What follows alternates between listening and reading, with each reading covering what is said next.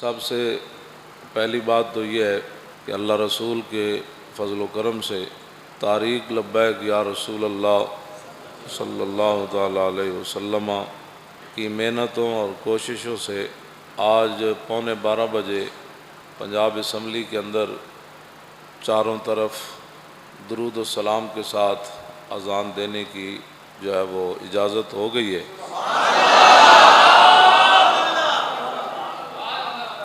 اور وہ اسمبلی کے اندر بل جو ہے وہ پاس ہو گیا ہے۔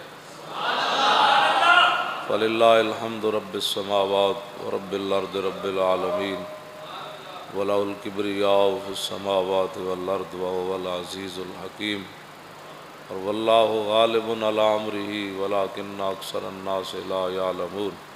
آئندہ بھی انشاءاللہ تعالی طریق لبیک یا رسول اللہ اسی مشن پر گامزن رہے گی۔